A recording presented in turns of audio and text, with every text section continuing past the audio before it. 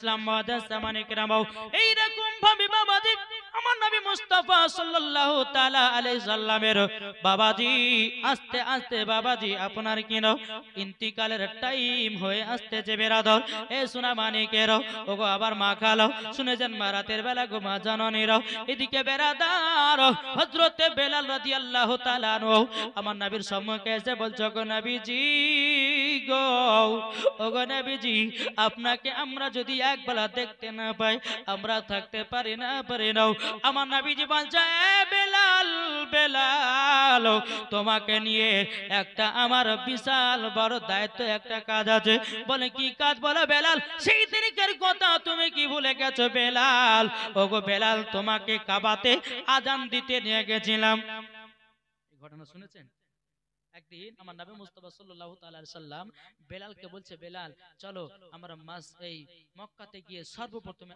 আজানের ধ্বনি দিব জোরে কান সুবহানাল্লাহ বেলাল রাদিয়াল্লাহু তাআলা আনহুকে নিয়ে মক্কাতে গেলেন যাওয়ার পরে বেলাল ইসলাম ছাদের উপরে উঠলেন তো বেলাল রাদিয়াল্লাহু তাআলা আনহু তিনি একবার উঠছেন একবার বসছেন একবার উঠছে একবার বসছে আমার নবী যে বলতে আছে বলে বেলাল এ বেলাল তোমাকে আজান দেওয়ার জন্য ছাদের উপরে উঠালাম বেলাল তুমি আজান দাও না একবার বসতেছো একবার উঠতেছো একবার বসতেছো একবার উঠতেছো আর কারণটা কি বেলাল রাদিয়াল্লাহু তাআলা আনহু তিনি বলতেছে বলো গো নবীজি গো ও গো নবীজি আমি যখন মসজিদে নববীতে আজান দিতাম আমি কাবা দিকে মুখ করে আজানটা দিতাম ও গো নবীজি এখন তো কাবা শরীফের ছাদের উপরে ও গো নবীজি আমি চিন্তায় পড়ে গেছি ওগো নবীজি আমি কোন দিকে মুখ করে আজানটা দেব ওগো নবীজি মসজিদে নববীর মিনারের উপরে উঠে যখন আমি আজান দিতাম কাবার দিকে মুখ করে আজান দিতাম আজকে তো কাবা শরীফের ছাদের উপরে ওগো নবীজি কোন দিকে মুখ করে আজান দেব আমি দূরে দূরে পাই না আমার নবীজি বলছে বেলাল এ বেলাল তুমি কি জানো না আমি হলাম কাবার কাবা আমি হলাম কাবারো কাবাও এ বেরাদার ইসলাম মাদাস সাবানি কি নামও বেরাদার আমার নবী করিম সাল্লাল্লাহু তাআলা আলাইহি সাল্লাম বলতে যে বলো গো বেলাল আমি না হলে পরে কাবা হতো না নবী না হলে পরে নামাজ পেতাম না নবী না আসলে পরে কুরআন পেতাম না নবী না আসলে পরে বাবাজি হাদিস পেতাম না বেরাদার আমার নবীজি বলছে বেলাল তুমি আমার দিকে মুখ করে আজানটা দাও জোরে বলুন সুবহানাল্লাহ তাই কবি বলতেছে চন্দ্র সূরজ গ্রহ তারা চলে নবীজির আঙ্গুলের ইশারায় চন্দ্র সূরজ গ্রহ তারা চলে নবীজির আঙ্গুলের ইশারায় দোসরা কোনো মাবুদ নাই দোসরা কোনো মাবুদ নাই ইয়া কাল্লা ইয়া মুহাম্মদ মুস্তাফা নবী সাল্লাল্লাহু আলাইহি ইয়া মুহাম্মদ মুস্তাফা নবী কমলে বালাও কে বলে নবীজি সোনার পুতুল কে বলে নবীজি গোলাপে রে বল কে বলে নবীজি সোনার পুতুল কে বলে নবীজি গোলাপে রে বল দোসরা কোনো মাবুদ নাই ইয়া কাল্লা ইয়া মুহাম্মদ মুস্তাফা নবী সাল্লাল্লাহু আলাইহি মুহাম্মদ মুস্তাফা নবী সাল্লাল্লাহু আলা আল্লাহুম্মা সাল্লি আলা সৈয়দনা মাওলানা মুহাম্মদ ওয়ালা আলি সৈয়দনা মাওলানা মুহাম্মদ সাল্লাল্লাহু তাআলা আলাইহি ওয়াসাল্লাম বাবাজি সোনা মানিকেরা তো আমার নবীজি বলছে বেলাল বেলাল তুমি তো মসজিদে নববীর মুয়াজ্জিন বেলাল গো আমি যখন দুনিয়ার পর্দার আড়াল হব বেলাল তুমি কি মসজিদের মুয়াজ্জিন আজান দিতে পারবে না বেরাদর ইসলাম মুআজ্জাজ সামানি কেরামাও বেলাল রাদিয়াল্লাহু তাআলা আনহু তিনি বলতেছে গো নবীজি, ওগো নবীজি, আপনি না থাকলে পরে আমিও বেলাল আজান দিতে পারবো না। বেরাদার এইরকম ভাবে একের পর এক সাহাবীরা আসছেন। এইরকম বেরাদর ইসলাম যখন আমার নবী মুস্তাফার ইন্তিকালের টাইম যখন বাবা আসলেন, আমার নবী মুস্তাফা পর্দার আড়াল হবেন, এই সময়তে আমার নবী করিম সাল্লাল্লাহু তাআলা আলাইহি সাল্লামের শরীর মুবারকে বাবা জ্বর জ্বর চলে এসেছেন হালকা হালকা। এদিকে আমার নবী করিম সাল্লাল্লাহু তাআলা আলাইহি সাল্লাম বলতেছে, বলে এই বিবি আয়েশা, এক কাজ করো না, আমার বিটি ফাতেমাকে একটু ডেকে দাও। শুনছেন না শুনছেন না বেরাদার? মা আয়েশা রাদিয়াল্লাহু তাআলা আনহা তিনি কি করলেন, তিনি খাতুনে জান্নাতকে ডেকে বলছে, এই খাতুনে জান্নাত, তোমার আব্বা হুজুর ডাকতেছে, কিসের জন্য যাও? খাতুনে জান্নাত মা ফাতেমা রাদিয়াল্লাহু তাআলা আনহা তিনি বাবাজি এক পা দু পা করে ভিতরে প্রবেশ করেছে।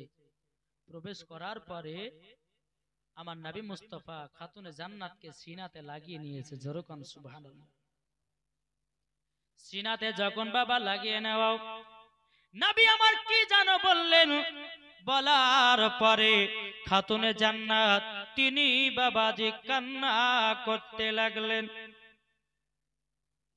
আবার কান্না যখন করতে লাগা, আবার একটু বলছে, বেটি আবার সিনাতে লাগো। আবার খাতুনে জান্নাত মা ফাতেমা রাদিয়াল্লাহু তাআলা আনহাকে বাবাজি আবার যখন সিনাতে লাগালেন, আবার যেন আমার নবীজি কি কথা বললেন, খাতুনে জান্নাত তিনি হাসা করতে লাগলেন। বেরাদর ইসলাম হাসতে লাগলেন। আবার আবার খাতুনে জান্নাতকে আবার সিনাতে লাগালেন। আবার জানো কি কথা বললেন, বলার পরে খাতুনে জান্নাত আবার কান্না করতে লাগলেন। এদিকে মা আয়েশা রাদিয়াল্লাহু তাআলা আনহা তিনি বাবাজি আপনার দেখতেছেন কি ব্যাপার, বাপ বিটির ভিতরে আপনার কি চলতেছে? এদিকে বেরাদর ইসলাম কে যেন দরওয়াজায় খটখট খটখট করে আওয়াজ দিতেছে। খাতুনে জান্নাত মা ফাতেমা রাদিয়াল্লাহু তাআলা আনহা তিনি বলতেছেন, কে এসেছে গো, তোমরা ফিরে যাও। তখন ওই দরওয়াজার কাছ থেকে একবার আওয়াজ আসতেছে, বলে আমি একজন মক্কার একজন আরবি এসেছি। বলে আরবি, বলে আজকে চলে যান, আমার আব্বা হুজুরের সঙ্গে পার্সোনাল কথা চলতে চাও। আমার যখন বাবা প্রথম দিন চলে যাওয়ার পরে আবার নবী মুস্তাফা সাহেবে কোরআন বেরাদর ইসলাম জগৎ খাতুনে জান্নাত, তবে শোনো গো শোনো, তবে শোনো, তুমি যে কান্না করতে লেগেছো বেটি, চিন্তা করো না, চিন্তা করো না, আমি যখন দুনিয়া থেকে পর্দার আড়াল হব, ও গো বেটি, আমার ইন্তিকালের পরে 6 মাস পরে তোমারও ইন্তিকাল হবে।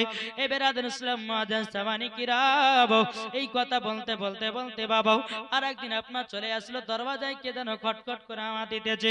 আবার খাতুনে জান্নাতকে বলতেছে, বলে কে এসেছে গো, কে এসেছেন বলেন না? বলে আমি কালকার ওই আরবিটা এসেছি। বলে আজকে ঘুরে যান, আজকে আমার আব্বা হুজুরের সঙ্গে কথা চলতেছে।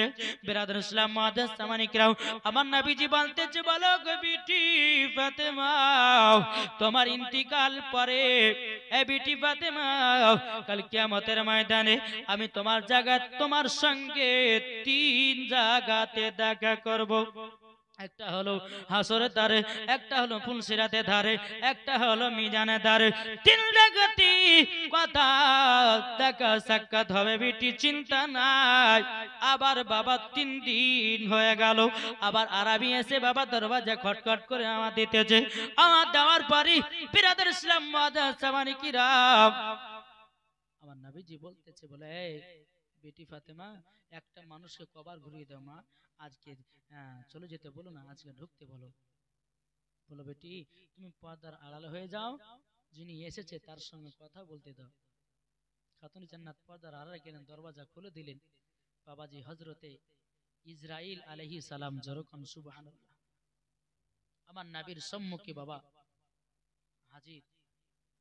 নবী মুস্তাফার সম্মুখে যখন হাজির, আমার নবী করিম সাল্লাল্লাহু তাআলা আলাইহি ওয়াসাল্লাম তিনি বলতেছেন, বলে এই ইসরাইল, তুমি আমার জান কবজ করতে এসেছো? ইসরাইল আলাইহিস সালাম বলছেন, বলো গো নবীজি, আপনি যদি জান কবজ করতে বলেন তো করব, নাহলে চলে যাব। জোরে কর। বাবাজি, আমাদের যদি জান কবজ করতে আসে, আমাকে জিজ্ঞাসা করবে? যদি বলে যে ইসরাইল আলাইহিস সালাম আপনাকে 2 লাখ টাকা 3 লাখ টাকা দিচ্ছি, শুনবে? ফারিস্তারা ঘুষ খায় কি গো? ফারিস্তারা ঘুষ খায়? জি না। বেরাদর ইসলাম মুআজ্জাজ সামানি কিরাম, আমার নবীজি বলতেছে, এ ইসরাইল দাঁড়াও, আমি হযরতে জিবরিল আমিনকে ডাকি। এ জিবরিল আমিন কোথায় আছো? হাজির হয়ে যাও। আসলে আসার পরে আমার নবীজি বলতেছে, গো আমার জিবরিল আমিন, তুমি আমার কাছে 24,000 বার এসেছো, আর তোমাকে আসতে হবে না। বাবাজি মুসলমান ভাইরাও, হযরতে জিবরিল আমিন বলতেছে, ওগো নবীজি, আপনার কাছে 24,000 বার এসেছি। ওগো নবীজি, কেন এই কথা বলতেছেন? আমার নবীজি বলতেছে, এ জিবরিল আমিন, আমি আজকে পর্দার আড়াল হয়ে যাব, আমি পর্দার আড়াল হয়ে যাব। হযরতে জিবরিল আমিন তিনি বলতেছেন, বলো গো নবীজি গো, আপনার কাছে আমি 24,000 বার এসেছি গো নবী, আপনাকে যখন আমি আর পাবো না, আমার মনটা এতটাই যেন আপনার কিনা বেদনায় কান্না করবে। আমার নবীজি বলছে, গো জিবরিল, যেখানে যেই রকম কোরআনের আয়াত নাযিল হয়েছে, সেই রকম জায়গাতে তুমি পৌঁছে গেছো। বলো গো আমার জিবরিল আমিন, তবে এক কাজ করো না, তুমি আমার সম্মুখে এক নয় দু নয়, তুমি আমার সম্মুখে 22টা খতম তোলো। কটা? কটা গো? 22টা খতম। হযরত জিবরিল আমিন তিনি বাবাজি 22টা খতম যখন তোলা হলো, নবীকে বলছে, ইয়া রাসূলুল্লাহ, ইয়া হাবিবাল্লাহ, নবী গো, আমার 22টা খতম উঠে গেছে। জোরে কান সুবহানাল্লাহ। বেরাদর ইসলাম মুআজ্জাজ সামানি কিরাম, আমার জিবরিল আমিন বলতেছি, বলো গো নবীজি, মানুষের মরণের কেমন কষ্ট হবে একটু বলবেন নাকি? আমার নবীজি বলতেছে, বলো গো আমার জিবরিল আমিন, তবে শোনো গো শোনো, যারা ঈমানদার মানুষ হবে তাদের মরণ হবে আলাদা, যারা বেঈমানদার হবে তাদের মরণ হবে আলাদা। আল্লাহুম্মা সাল্লি আলা سيدنا مولانا محمد وعلى آل سيدنا مولانا محمد মুহাম্মদ সাল্লাল্লাহু محمد صلى على محمد ہر دم زبان سے نکالو پاک نبی محمد হরদম জবান سے نکالو شفیعنا محمد নবী রওজা শরীফ, জোরে বলুন سبحان اللہ کیا بات ہے নবী রওজা শরীফ দেখে মন ভরে না, নবী রওজা শরীফ দেখে মন ভরে না, দিদার দাও গো শাহে মদিনা, দিদার দাও গো শাহে মদিনা, নবী রওজা শরীফ দেখে মন ভরে না, দিদার দাও গো শাহে মদিনা, দিদার দাও গো শাহে মদিনা।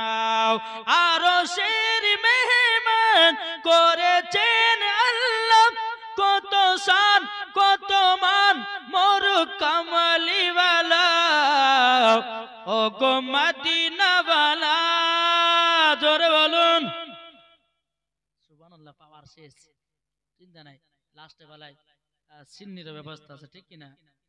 ও গো মদিনাওয়ালা শোনেও শোনো না, ও গো মদিনাওয়ালা করো করুণা, দিদার দাও গো শাহে মদিনা দিদার দাও গো শাহে মদিনা নবী রওজা শরীফ দেখে মন ভরে না দিদার দাও গো শাহে মদিনা জোরে বলুন বাবাজি মুসলমান ভাইরাও এই সুনামানিকেরাও এবার বেরাদের ইসলাম হযরতে জিবরিল আমিন বললেন ইয়া রাসূলুল্লাহ ইয়া হাবিবাল্লাহ নবী গো আমি 22টা খতম তুলে দিয়েছি 22টা খতম বিরাদার আমার নবীজি বলছে এ জিবরিল আমিন আর তোমাকে আমার দরবারে আর আসতে হবে না আমি দুনিয়া থেকে পর্দার আড়াল হতেছি এ জিবরিল আমিন যাও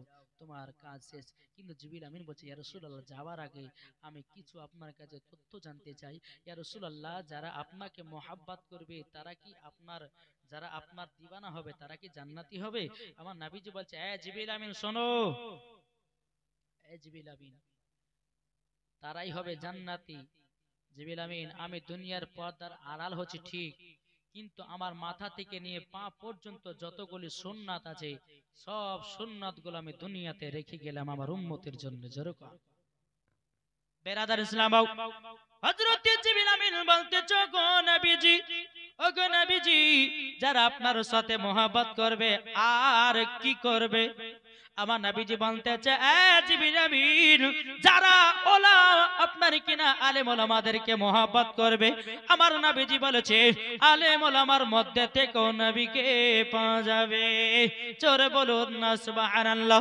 জিবরিল আমিন তিনি বলতেছেন ইয়া রাসূলুল্লাহ ইয়া হাবিবাল্লাহ নবী গো ঈমানদারের মরণ কেমন হবে বেঈমানদারের মরণ কেমন হবে আমার নবীজি বলতেছি বলো গো আমার জিবরিল আমিন ঈমানদারের মরণ এমন একটা হবে যে ঈমানদার যখন মরণের টাইম হবে ওই ঈমানদারের জানটা এমন ভাবে যাবে একটা বাচ্চা ছেলে দুধ পান করতে করতে যখন বাবা ঘুমায়া যায় ওই রকম ঈমানদারের মরণ হবে জোরে বলুন না সুবহানাল্লাহ জিবরিল আমিন বলতেছে ইয়া রাসূলুল্লাহ ইয়া হাবিবাল্লাহ নবী গো ওগো নবীজি বেঈমানদারের মরণ কেমন হবে আমার নবীজি বলতেছে বলো গো আমার জিবরাইল বেঈমানদারের যখন মরণ হবে তিনার বুকে যখন হযরতে ইসরাইল আলাইহিস সালাম যখন হাত চড়াবে মনে হবে যে সারা পৃথিবী তার বুকের উপরে চড়েছে এ ভাই সুনামানিকেরা বেঈমানদার হয়ে মরো না ঈমানদার হয়ে মরো মরার পরে জান্নাতি হয়ে যাবে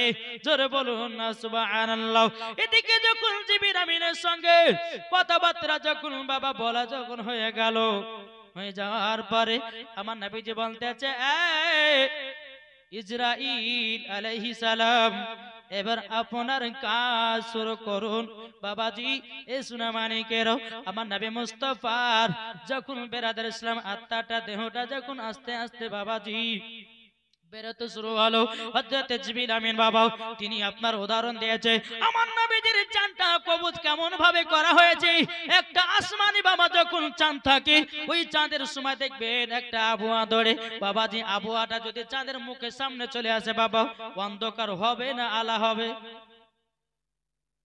এই যে এই বলের সামনে যদি আমি কিছু একটা আড়াল করি তো এখানটা আলা হবে কি অন্ধকার হবে তো জিবরিল আমিন বলতেছে আমার নবী মুস্তাফার জান গেছে একটা আবহাওয়ার মতো যা বোঝা যায় না যেরকম সুবহানাল্লাহ কিন্তু আমার নবী মুস্তাফার জানটা কবুজ করা হয়েছে কিন্তু বেরাদার ইসলাম মুআদ্দাস সামানি কিরাম হযরত ইসরাইল আলাইহিস সালাম তিনি এই আমার নবী মুস্তাফার জান মোবারকটা যখন আসমানে নিয়ে যাচ্ছেন আল্লাহ পাক আল্লাহ তাআলাকে বলে আল্লাহ এই আত্মা মোবারকটা কোথায় রাখবো বলে সোনার মদিনাতে সোনার উপরে রাখো তখন সোনার উপরে আপনারা রাখতে গেল সোনাতে বলতেছে বলে না আমাদের উপরে নবী মুস্তাফার আত্মা মোবারকটা রাখা হবে না বলে কেন বলে এই সোনা আমরা কত মহিলার গলাতে হাতে আমরা ব্যবহার হব আমার নবী মুস্তাফার আত্মা মুবারকের অসম্মান করা হবে তার জন্য আমরা নবী মুস্তাফার আত্মা মুবারকটা সোনার উপর রাখতে দেব না আল্লাহর কাছে গেলে বলে আল্লাহ আমার নবী মুস্তাফার আত্মা মুবারকটা কোথায় রাখবো বলে জান্নাতে রেখে দাও জান্নাতে নিয়ে যাওয়া হলো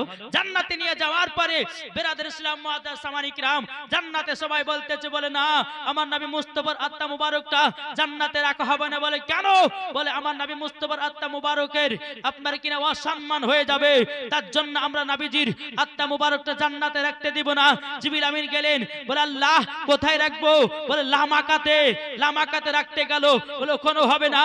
জিবরিল আমিন বলতেছেন, হযরত জিবরিল আমিন বলতেছেন, বলে ইয়া রাব্বুল আলামিন, আপনি বলে দিন এই আত্মাটা কোথায় নিয়ে যাব। আমার আল্লাহ পাক আল্লাহ তাআলা বলতেছে, বলে এই ইসরাইল আলাইহিস সালাম শোনো, এই আত্মাটা নিয়ে যাও, যেখান থেকে নিয়ে এসেছো আবার ওই জায়গাতে রিটার্ন দিয়ে দাও। জোরে বলবেন না? তারই জন্য আমার নবীকে বলা হয় হায়াতুন নবী, জিন্দা নবী। জোরে বলেন। আমার নবী মুস্তাফা শুধু পর্দার আড়াল হয়েছে, আমার নবী মুস্তাফা এখনো বাবাজি জিন্দা আছে। জোরে বলেন। একজন ওয়াহাবি বলছে যে মৌলভী সাহেব, আপনি যে বললেন যে নবী হাজির ও নাজির, আপনি দেখে দিতে পারবেন? আমি যে হ্যাঁ পারবো। এক ওয়াহাবি বলছে পারবো। তা আমি ওকে বললাম যে ভাই, আপনি যখন নবী দেখতে চান তো আমার একটা শর্ত পালন করতে হবে। বলে কি? বলে পালন করবেন? ওয়াহাবিটা বলছে হ্যাঁ পালন করব। আচ্ছা কাছে আছে। আচ্ছা বলুন, আমাদের দুই কাঁধে কটা ফারিস্তা থাকে? কি গো, কথা বলেন না? দুটো থাকে না? দুটো ফারিস্তা থাকে। অনেকে মানুষ বলে যে একটা ভালো ফারিস্তা, একটা খারাপ ফারিস্তা, বলে না? এই কথা বলা যাবে না। ফারিস্তা সবাই ভালো, কিন্তু একজন নেকি লেখে, একজনে গুনাহ লেখে। জি, দুইজন ফারিস্তা থাকে। আচ্ছা বলুন তো, এই জায়গাতে যতগুলি আপনারা বসে আছেন, আমার মা বোনেরা বসে আছে, আপনারা বসে আছেন, আচ্ছা প্রত্যেকটা কাঁধে কাঁধে দুই ফারিস্তা আছে না নাই? আছে তো? আপনার কিনা কলকাতার সরজমিনে যতগুলি মুসলমান আছে তাদের কাঁধে কাঁধে আছে না নাই? জি, যেই জায়গাতে আছে সমস্ত ফারিস্তা যদি প্রত্যেকটা কাঁধে কাঁধে যাওয়া যদি সম্ভব হতে পারে, আর ওই দোনো ফারিস্তাকে যদি দেখা না যেতে পারে, তাইলে বলো আমার নবী মুস্তাফার পাওয়ার কি দেয় নাই? আমার নবী কি এখানে হাজির ও নাজির থাকতে পারে না? এ ভাই শোনো, এই দুইজন ফারিস্তা যদি সব জায়গাতে যেতে পারে, সবারই কাঁধে কাঁধে যদি থাকতে পারে, তাহলে বলো আমার নবী মুস্তাফার ফারিস্তার থেকে বেশি পাওয়ার না কম? কি গো, নবীজির পাওয়ার বেশি না? তাহলে বাবাজি মুসলমান সোনামানিকেরা, আমি তাকে বললাম যে ভাই তুমি যদি ওই দোনো ফারিস্তাকে দেখে দিতে পারো, আমিও কথা দিলাম তোমাকে নবী দেখে দেব। দেখো, এই তখন বুঝছে সুন্নি মৌলবীদের ওয়াজ হচ্ছে টেढ़ा বেঁকা ওয়াজ, কিছু বোঝা যায় না। আমি বলে শোনো, এই জায়গাতে আল্লাহর ফারিস্তারাও আছেন। আমার নবী মুস্তাফা মদিনাতুল মুনওয়ারা থেকে শুনতে পায়। জোরে বলেন। জান যেখানে নবী সেখানে। জান যদি কলকাতায়, নবী আমার কলকাতায়। জান যদি হাওড়ায়, নবী আমার হাওড়ায়। জান যদি মালদাহায়, নবী আমার মালদাহায়। জান যদি দমগ্রামে, নবী আমার দমগ্রামে। জান যদি মদিনাতে, নবী আমার মদিনাতে। জোরে বলবেন না? বাবা যে মুসলমান আসুন, আল্লাহ পাক আল্লাহ তাআলা যেন আমাদের সকলকে হেদায়েত দান করুন। বাবাজি হযরত জিবরিল আমিন কি করলেন?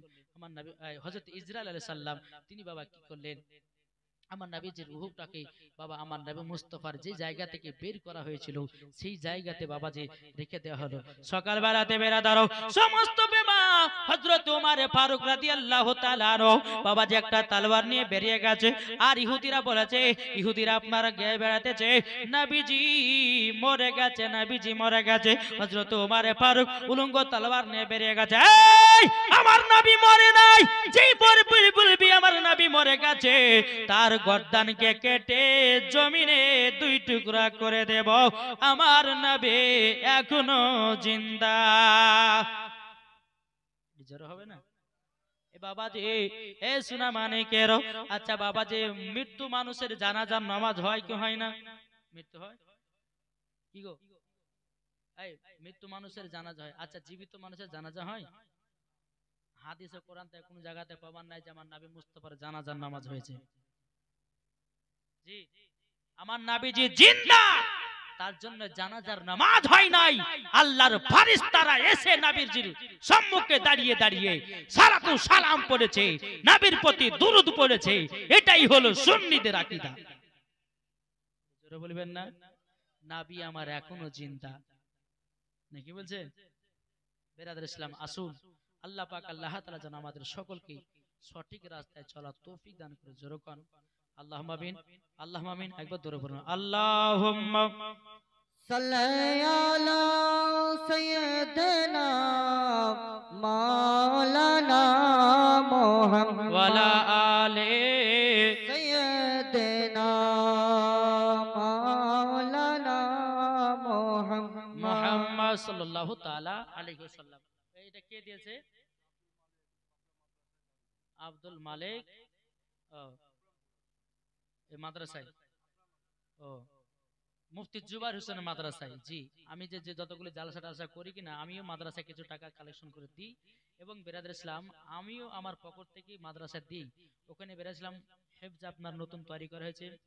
মুনাজির আহলে সুন্নাত মুফতি মাওলানা মোহাম্মদ জুবাইর হোসেন সাহেব তিনি এই কিতাবটা আমাকে পাঠিয়েছেন। তিনি এই কিতাবটা পাঠিয়েছেন। যদি আপনাদের নেওয়ার ইচ্ছা থাকে, এই কিতাবের মধ্যে এই কিতাবটার নাম হচ্ছে ইমামে আজম। ইমামে আজম কে ছিলেন, আকীদা কি, মাযহাব কেন মানতে হবে, তারপরে বুকের উপর হাত বাঁধা চলবে কি চলবে না, লাভির উপর বাঁধবে কি বাঁধবেন না, তারপরে বেরাদুল ইসলাম গোসলের ফরজ কথা। এখন অনেক ইয়ং ছেলে আছে বাবা গোসলের ফরজ জানে না, বলে না।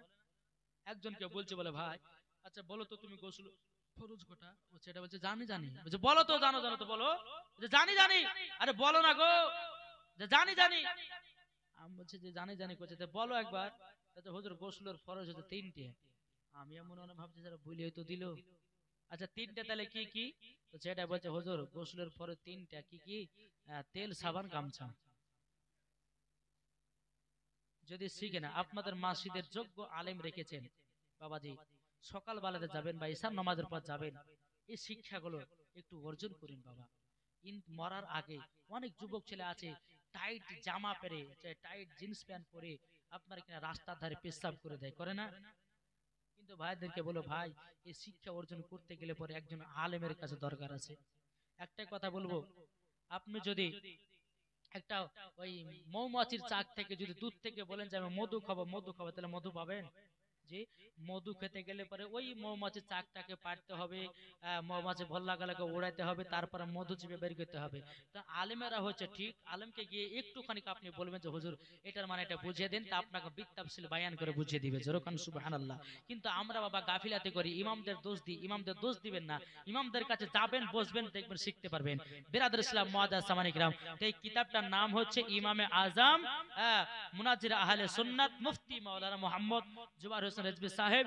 তিনি এই কিতাবটা নিজে আপনার তৈরি করেছে। আপনার বুখারী, তিরমিজি, আবু দাউদ, ইবনে মাজাহ সমস্ত কিতাব থেকে হাওয়ালা দেওয়া আছে, যে আপনার ক্যাম্প করা চলবে কিনা। আপনাদের এলাকাতে কালকে না কবে বলছিলেন যে ক্যাম্প করলে পরে ফজর সময় বলেছে কি কীর্তন গাওয়া হয়েছে, যেরকম আস্তাগফিরুল্লাহ। আরে ভাই ক্যাম্প করেছে নবীর সাহাবীরা। কে করেছে? নবীর সাহাবীরা ক্যাম্প করেছে।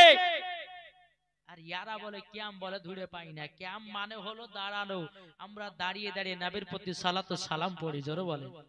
জি, তারপরে বেরাদুল ইসলাম এই গোসলের ফরজ কটা, উযুর ফরজ কটা এটার মধ্যে পাবেন। আর একটা মা বোনদেরকে বলবো, মা বোনেরা এই কিতাবের মধ্যে আপনাদেরকে একটা মশলা মাসাইল আছে, যেটা কোনো কাউকে জিজ্ঞাসা করা যায় না লজ্জাতে। তবে লজ্জা করলে হবে না, যদি কোনো মানুষ বা কোনো আল্লাহর নেক বান্দা বান্দি যদি নাপাক অবস্থাতে যদি মারা যায় তো জান্নাতি হবে? জান্নাতি হবে না। তাই মাগো, নাপাক অবস্থা থেকে যদি আপনি বাঁচতে চান, এই কিতাবটা একটা করে ঘরে রাখেন। মা জননী আপনাদেরকে বলতেছে, মা জননী এই কিতাবের মধ্যে মাহমুদের মেন মশলাটা হচ্ছে যে মহিলাদের মেন্স হওয়ার পর কদিন পর নামাজ পড়তে পাবে, কদিন পরে আপনার কিনা কোরআন পড়তে পাবে। এখন তো আবার কিছু বক্তা ভাইরাল হয়েছে, আব্দুর রেজ্জাক বিন ইউসুফ বলতেছে যে এই মহিলাদের মেন্সের অবস্থাতে কোরআন শরীফ পড়া চলবে, যেরকম নাউজুবিল্লাহ। এই আব্দুর রেজ্জাক বিন ইউসুফ বলতেছে নামাজের ভিতরে যদি নাবির নাম চলে আসে তো নামাজ ভেঙে যাবে, আর নামাজের ভিতরে যদি গরু ছাগলের মনে খেয়াল যদি আসে তো নামাজ ভাঙবে না, যেরকম নাউজুবিল্লাহ। বাবাজি আমরা নামাজের ভিতরে নাবির নাম লিখেলি না, কি গো লিখেলি না? আত্তাহিয়াতু লিল্লাহি ওয়াস সালাওয়াতু ওয়া তাইয়্যিবাতু আসসালামু আলাইকা ইয়া আইয়ুহান নবী, কি গো নবীর নাম লিখি না? আর এরা বলতেছে নবীর নাম আসলে পরে নাকি নামাজ ভেঙে যায়। বোকার বেটা বোকা, শোনো, নবীর নাম না নিলে পরে তোমার রুকুও হবে না, সিজদাও হবে না, নামাজও হবে না। কি বলছে বাবা যে মুসলমান। তারপরে আব্দুর রাজ্জাক বিন ইউসুফ বলছে কেঁচা খাওয়া জায়েজ, শামুক খাওয়া জায়েজ। তারপরে বলেছে কি জানেন আরেকটা মশলা, যে মহিলাদের স্তনে যতদিন দুধ থাকবে, হ্যাঁ, তার বেটা পান করবে। তাহলে ওয়ার এই আব্দুর রাজ্জাক বিন ইউসুফের মশলা অনুযায়ী বাবাজি, তাহলে মহিলার স্তনে যতদিন দুধ থাকবে, আর বেটার যদি বয়স 20 বছর হয়, তাহলে তো 20 বছরের বেটা তার মায়ের দুধ পান করবে, যেরকম নাউজুবিল্লাহ। আর আমাদের কিতাবের মধ্যে লেখা আছে একজন বাচ্চা মায়ের স্তনে দুধ পান করবে 2 থেকে 2.5 বছর। নাকি বলছে নিজামে শরিয়াত উঠিয়ে দেখুন, বাহারে শরিয়াত উঠিয়ে দেখুন, কানুনে শরিয়াত উঠিয়ে দেখুন, একই মশলা দেবে। কিন্তু ইয়ার রাজা কোন দলের মানুষ রে বাবা, একবারে ভুং ভাং মশলা দিয়ে মানুষকে আপনার ঝামেলা লাগাতেছে। বিরাদর ইসলাম মুআজ্জাজ সামানিক রাম, তাই মা বোনদেরকে বলি, মা বোন এই কিতাবটা বাড়িতে সিরিয়াল না দেখে, সিনেমা না দেখে, বাড়িতে ঝামেলা না করে একটা করে কিতাব রাখুন। আর কিভাবে নাপাক থেকে পাক হবেন, এই কিতাবটা আপনার জন্য যথেষ্ট। আপনাকে কাউকে জিজ্ঞাসা করতে হবে না, মনে মনে মনে আপনি পড়ে আপনি শিখে নিতে পারবেন। তো বিরাদর ইসলাম কাউরে যদি নেওয়ার ইচ্ছা থাকে মাত্র 60 টাকা করে দাম। যদি কাউরে নেওয়ার ইচ্ছা থাকে, এটা মাদ্রাসার কিতাব বাবা, মাদ্রাসায় তলবে ইলমেরা পড়াশোনা করে, এই টাকাটা নিয়ে গিয়ে মাদ্রাসায় দেওয়া হয়। বিরাদর ইসলাম নাহলে তো মাদ্রাসা চলবে না। নাকি বলছেন বাবা? এই কিতাবটা মাত্র 60 টাকা করে দাম। হ্যাঁ, যদি কাউরে নেওয়ার ইচ্ছা থাকে 60 টাকা দিয়ে আপনি নিয়ে যেতে পারেন। আবার মা বোনদেরকে বলো, মা বোন কত টাকা চলে যাচ্ছে, একটা কিতাব যদি কিনে নিয়ে বাড়তে পড়েন, আপনার বিটির জন্য, বেটার জন্য, নিজের স্বামীর জন্য, নিজের স্ত্রীর জন্য যদি নিয়ে যেতে পারেন, তো আপনার আজকে কামিয়াব হয়ে যাবে। বেরাসলাম যাই হোক মাত্র 60 টাকা করে দাম, কারো যদি নেওয়ার ইচ্ছা থাকে আপনারা নিতে পারেন। বেরাদ ইসলাম যাই হোক, আল্লাহ পাক আল্লাহ তাআলা যেন আমাদের সকলকে সঠিক রাস্তায় চলা তৌফিক দান করে। জোরকন আল্লাহ ভাবি। আমার মা বোনদের জন্য কয়েকটা মশলা নিয়ে এসেছিলাম বাবা। মা বোনদের জন্য যে মশলাটা নিয়েছিলাম, না বললে পরে সকালবেলা গাইল যে কোন মৌলবীর আরে আমাদের মশলা গেলে বলবার কথা বলে, তো বললেও না। হ্যাঁ, বাংলাতে লেখা আছে। এই একটা কিতাব,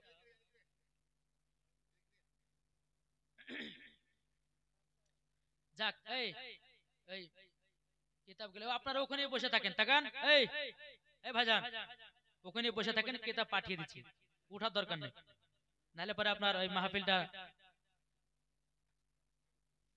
বেরাদর ইসলাম এই যে তাকান, আপনি পারবেন না, বয়স্ক হয়ে গেছে, আমার ভাই টাকা দিয়ে দেন। বেরাদর ইসলাম তো যাই হোক, তো আমার মা বোনদের জন্য মশলা নিয়ে এসেছিলাম যে নাইটি পরা যাবে কিনা। তারপরে অনেকে মা বোনের বাবাদের ঠোঁটে লিপস্টিক পড়ছে গো, যেমন ভাবে লিপস্টিক পড়ছে বাবা, কুরকুরি বা কোনো পাপড় খেলে পরে ওই পাপড়ের সঙ্গে লিপস্টিক ভিতরে যাচ্ছে, তাই না বাবা যে মুসলমান। তো মা বোনদেরকে বলো, মা বোনেরা কপালে টিকলি কেউ পড়বেন না।